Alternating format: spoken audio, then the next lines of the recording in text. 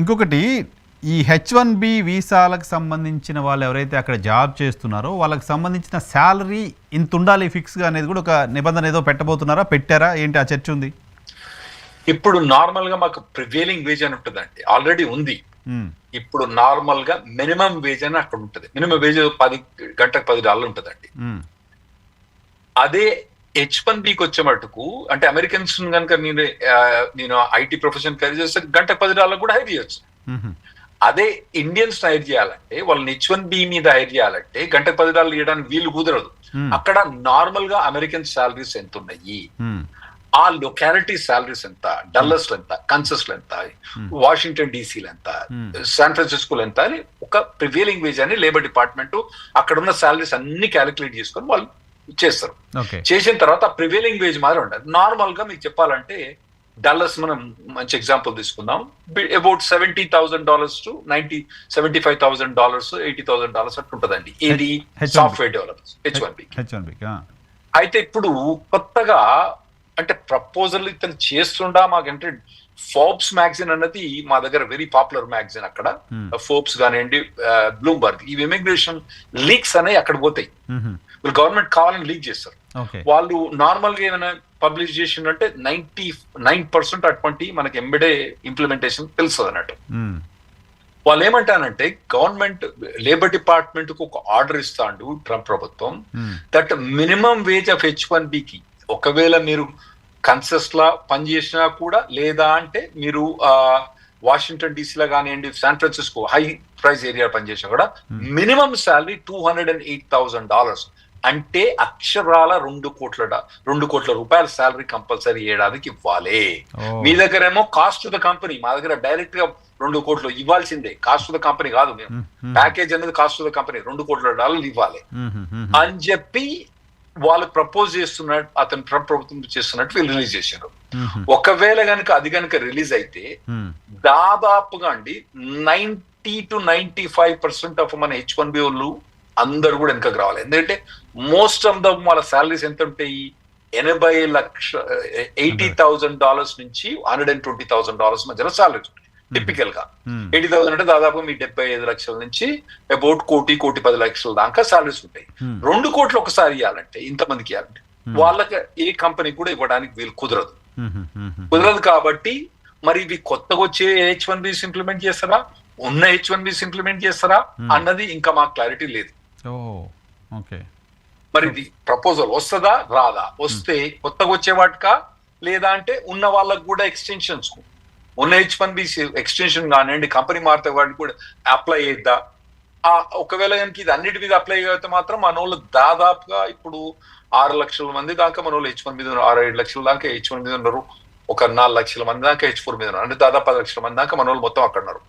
అందులో 90% of the people కన్నా ఎక్కువ మంది వెనకకు రావాల్సి వస్తుందండి. Oh my God, companies bear చేయలేవు కదంతా, చేయలేవు. 2 లక్షలు అన్నది బేర్ చేయలేవు. 2 లక్షలు 208,000 అన్నది నేను అనుకున్న ఏంటంటే మాక్సిమం 10% అండి.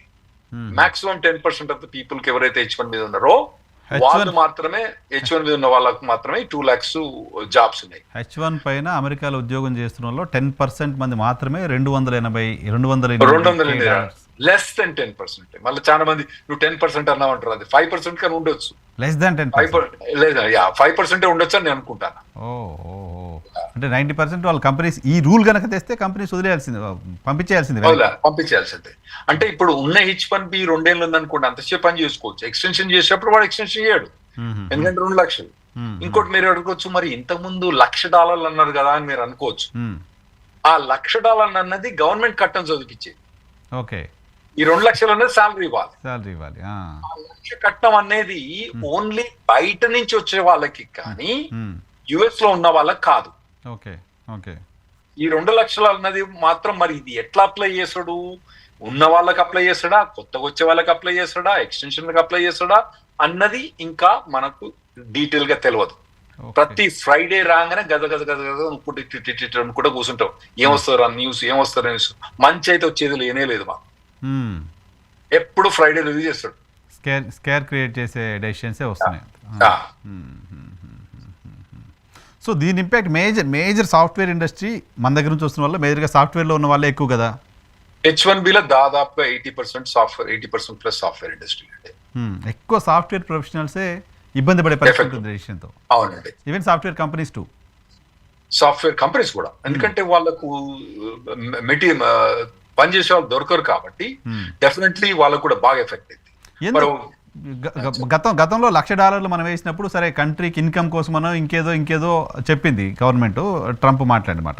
దీనికి పర్పస్ ఏంటి, రీజన్ ఏంటి, ఇది వేయాలనే ఆలోచన రావడం వెనక రీజన్ ఏంటి? అంటే ట్రంప్ ప్రభుత్వం ఒక ఉద్దేశం ఏంటంటే ఇప్పుడున్న H1B శాలరీస్ చాలా లో శాలరీస్ అంటాడు.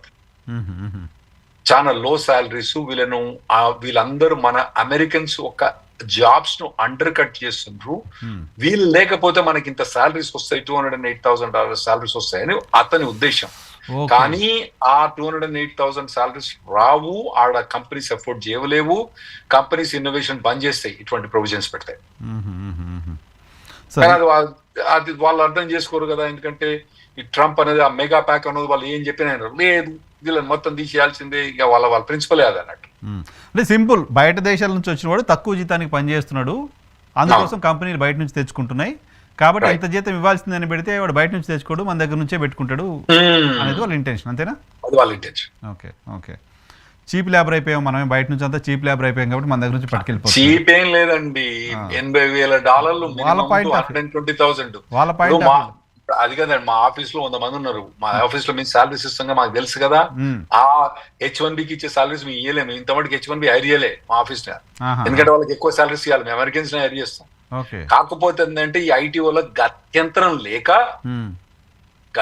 లేక వాళ్ళు హైర్ చేస్తారు, ఎందుకంటే H1B వాళ్ళకు శాలరీస్ హై ఇవ్వాలి, ఇంకోటి ఫైలింగ్ ఫీజు వాళ్ళకు 6,000, దాదాపు 3,000 నుంచి 5,000 దాకా, 6,500 దాకా ఫైలింగ్ ఫీజు కట్టాలి. తర్వాత మళ్ళీ లాయర్ కట్టడం చదివియాలి, వాడు ఉంటాడు కదా మధ్యలో, ఏముంటాం కదా, మాకు కట్టడం చదివియాలి, చాలా పేపర్ వర్క్ ఉంటుంది వీటికి. ఇవన్నీ పేపర్ వర్క్ చేసి వాడు తీసుకొచ్చిందంటే ఐటీ వాళ్ళకి గత్యంతరం లేదు కాబట్టి. మా లాయర్లో మేము ఇప్పుడు 25 ఏళ్ళ నుంచి ఆఫీస్ ఆపరేట్ చేస్తాను, ఇంతప్పుడు ఒక H1B ఫైల్ చేయలేదు.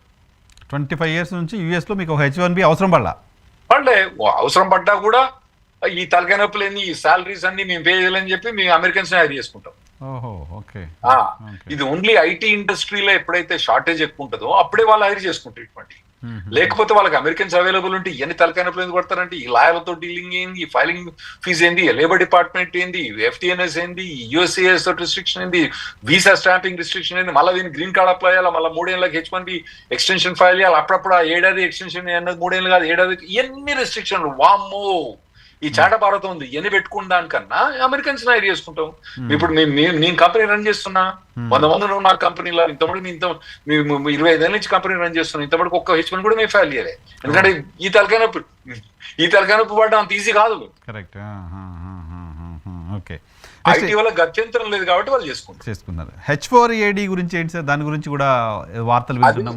ఇప్పుడు నార్మల్ గా మనం ఈ September 29th ఏం చేసిండంటే, ఇప్పుడు నార్మల్ గా ఏదైనా రెగ్యులేషన్ పాస్ చేయాలంటే వైఎన్ఆర్ గారు మా దగ్గర ఫస్ట్ దాన్ని ఒక ప్రపోజల్ పెట్టి దానికి 30 days కమెంట్ పీరియడ్ ఉంటుంది. కమెంట్ పీరియడ్ తర్వాత వచ్చిన కమెంట్స్ అన్ని వాటిని అడ్రస్ చేసుకుంటా ఫైనల్ రెగ్యులేషన్స్ పబ్లిష్ చేయాలి. దాదాపుగా మినిమం ఆఫ్ 6 months నుంచి ఒక 2-3 అప్పుడప్పుడు 4 years దాకా పడుతుందండి ఇటువంటి ఏమైనా పాస్ చేయాలంటే. మొన్న ఏం చేసిందంటే ఇంట్రీమ్ రెగ్యులేషన్స్ అని తీసుకొచ్చి H4EAD ఆటోమేటిక్ ఎక్స్టెన్షన్ అని కొన్ని రూల్స్ ఉన్నాయండి. మనం ఎక్స్టెన్షన్ అంటే మనకి H4EAD డిసెంబర్ లో ఎక్స్పైర్ అవుతుంది, మనం ఎక్స్టెన్షన్ ఫైల్ చేసుకొని H4 అప్రూవ్ అయిపోయింది అనుకుందాం, కొన్ని సర్కమ్స్టాన్సెస్ లో H4 అప్రూవ్ అయింది, EAD అప్రూవ్ కాదు, వాడు చెయ్యడు, ఎందుకంటే మనం 6 నెలల ముందే ఫైల్ చేసుకోవడం, వాడు 1 time లైన్ 8 months, వాడు చేయనప్పుడు ఏంటంటే 540 days దాకా ఎక్స్టెన్షన్ ఉన్నా కూడా మనం పని చేసుకోవచ్చు అని ఒక రూల్ ఉంది. అట్లనే అడ్జస్ట్మెంట్ ఆఫ్ స్టేటస్ EAD మీద అట్లా కొన్ని రూల్స్ ఉన్నాయి. వాటిని మొత్తం ఒక రోజునే తీసేసి వాటి అవన్నీ రెగ్యులేషన్ ద్వారా పోవాలి. ఇది ఎమర్జెన్సీ ప్రొవిజన్స్ కింద వస్తుంది కాబట్టి మాకు టైం లేదు కాబట్టి టక్కన ఇంటరీమ్ ఫైనల్ రెగ్యులేషన్స్ పాస్ చేసి పడేసి. అయితే ఇప్పుడు మాకు భయం ఏంటంటే ఇవి ఏదైతే శాలరీ ఇంక్రీజ్ చేయదలుచుకుంటూ ఇద్దరు కూడా ట్రంప్ ప్రభుత్వం ట్రై చేసింది శాలరీ ఇంక్రీజ్ చేయడానికి, ఫెయిల్ అయింది.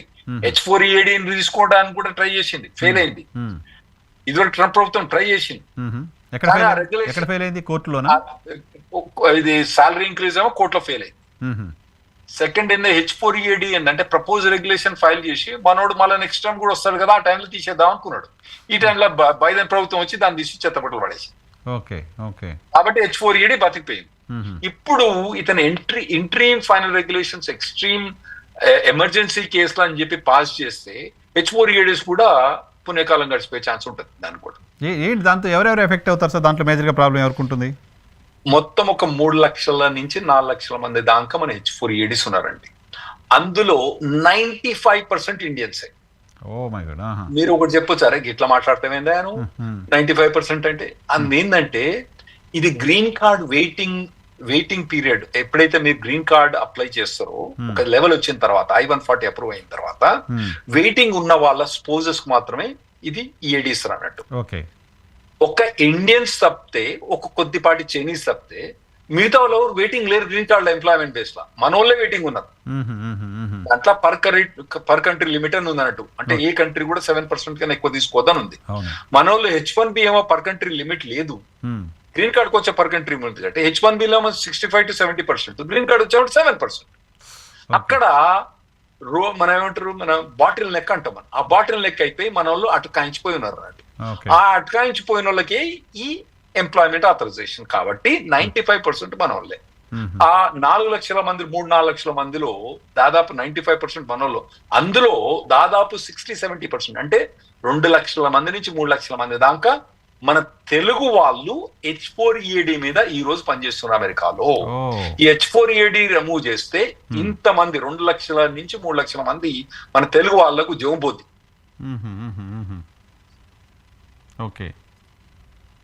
సో ఇది ప్రపోజల్ ఎప్పుడు చేస్తాడు, ఏం చేస్తాడు, అతనికి ఇంటెన్షన్ ఉందా లేదా అనేది క్లియర్ ఎక్స్ప్రెస్ చేసిండు.